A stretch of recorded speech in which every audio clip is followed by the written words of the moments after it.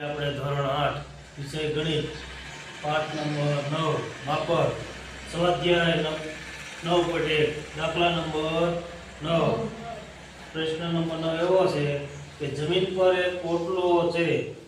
તેની ઉપરનું સમતલ સમબાજુ અષ્ટકોણીય આકારનું છે એટલે કે ઉપરનો જે ભાગ છે એ કેવો છે અષ્ટકોણ આકારનો છે અને કેવો સમબાજુ એટલે બધી બાજુ કેવી હોય સરખી આવી આકૃતિ તમને આપેલી છે બધી બાજુ સરખી હોય એટલે આ રીતે આમ કરી નાખીએ આ બાજુમાં અહીં તમને 5 લખેલા આપેલા છે 5 મીટર એટલે બધી બાજુ કેટલી હોય આ રીતે કેટલી હોય 5 મીટરની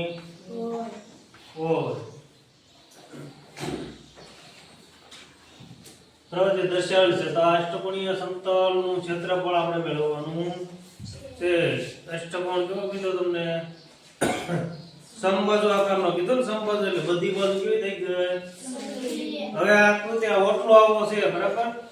આવો જમીન પર આવો અષ્ટકોણીય આકારનો ઓટલો છે એમાં તમને કેટલા આકારોમાં તમને દેખાય છે બીજા કયા આકારો દેખાય છે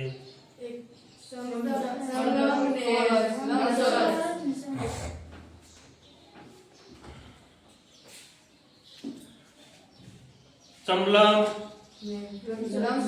લંબચોરસ અને સમલંબ એટલે કે આમાં બે સમલંબ ચતુષ્કોણો અને એક લંબચોરસ દેખાય છે આ બાજુ એટલું માપ તમને આપેલું છે 11 છે તો આ લંબચોરસ આકારનો HCDG લંબચોરસ છે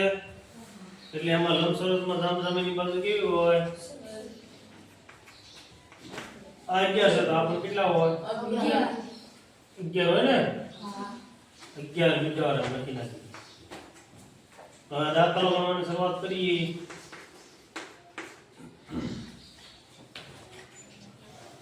અહીં આમ લખવાનું અહીં નિયમિત અથવા તો કેવો સમબાજુ પણ શબ્દ વપરાયો નિયમિત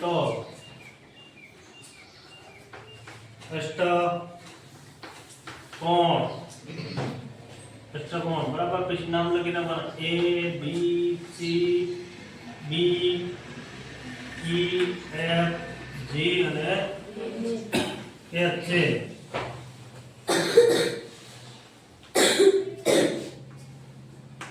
જેમાં સમલંબ આકૃતિમાં તમને સમલંબ ચતુષ્કોણ બે દેખાય છે ને બે હરખા હોય કે ન હોય એટલે સીધો પછી આપણે બે વડે ગુણાકાર કરી નાખ્યો તો સમલંબ ચતુષ્કોણ A B C અને H જો A B C અને H સમલંબ ચતુષ્કોણ છે નું ક્ષેત્રફળ બરાબર સૂત્ર તમને આવડે છે આમ લખી કરો આમ વિડિયો આમ કરો બોલો આ છે બેન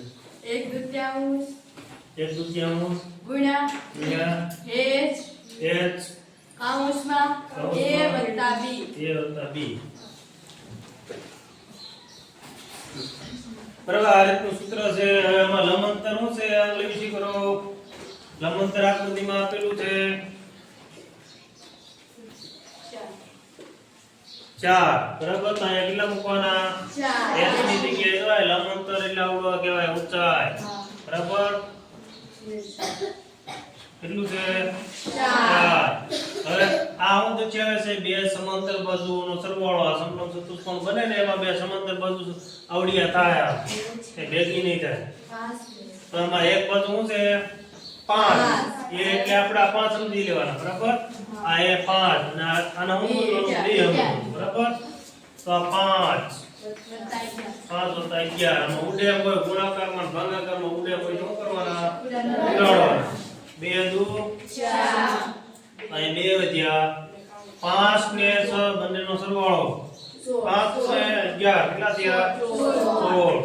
16 દુ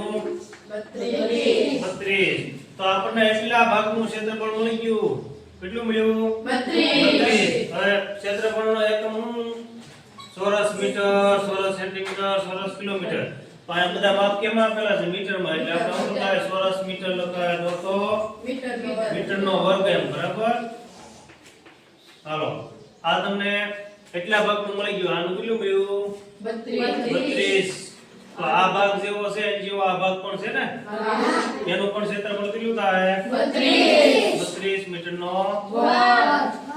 તો એ ટૂંકમાં લખી નાખવાનું આમ કારણ કે આ બધી બાજુ કેવી છે સરખી છે. અહીંયા જેટલું માપ 11 છે એટલું માપ અહીંયા છે એટલે કે આ સમનિયમિત અષ્ટકોણ આકારનો ઓટલો છે એમાં બે સમલંબ ચતુષ્કોણ બને છે અને એક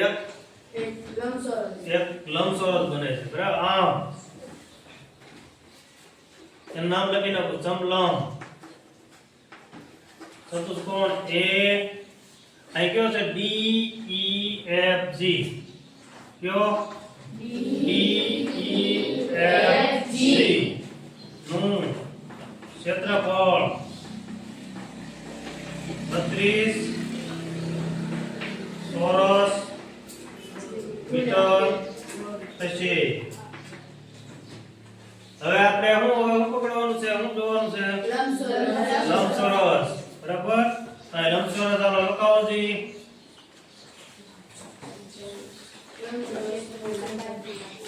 લંબચોરસ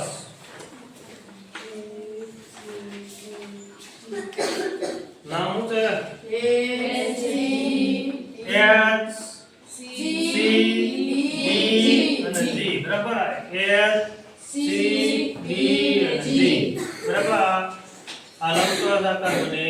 છે એનું ક્ષેત્રફળ મળી જાય એટલે આખા ઓટલાનું ક્ષેત્રફળ આ બધાનો સરવાળો કરી નાખો ને. હાલો લંબચોરસના ક્ષેત્રફળનું સૂત્ર શું છે આંગળી વિશે કરો લંબાઈ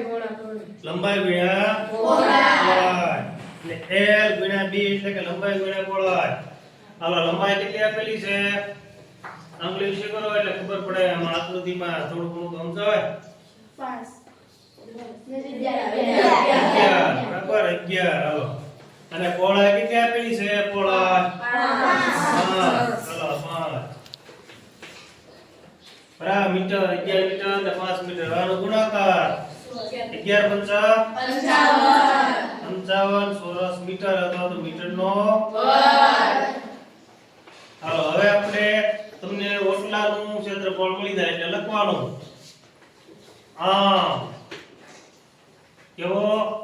નિયમિત અથવા સમબાજુ એમ લખવાનો. આપણે સમબાજુ શબ્દ આપેલો છે ને તો એ સમબાજુ અષ્ટકોણીય આકારમાં ઓટલો છે તો સમબાજુ અષ્ટકોણીય ઓટલાનું ક્ષેત્રફળ બરાબર શું કરવાનું છે સરવાળો કરવાનો છે કોનો ચતુષ્કોણ A B C F નું ક્ષેત્રફળ વત્તા ચતુષ્કોણ સમલંબ ચતુષ્કોણ છે ને D E F G નું ક્ષેત્રફળ વત્તા લંબચોરસ આકારનો છે ને તો લંબચોરસ A C D G નું ક્ષેત્રફળ. હાલો આનું મૂકી દઈએ આનું કેટલું છે 32. આનું પણ કેટલું થયું 32 બરાબર. સમલંબ ચતુષ્કોણ એટલો ભાગ છે આનું પણ 32 આનું પણ 32 અને આનું કેટલું મળ્યું 55. આ બધા છે તો સરવાળો કરી નાખશું એટલે મળી જાય અષ્ટકોણીય ઓટલાનું ક્ષેત્રફળ. હાલો આ 32 લખી નાખો અહીંયા 32 અહીંયા બરાબર મીટર ચોરસ મીટર એટલે તો મીટરનો વર્ગ એમ પણ લખાય ને. હાલો 32 નું 66 66 ને 55 કેટલા થાય 119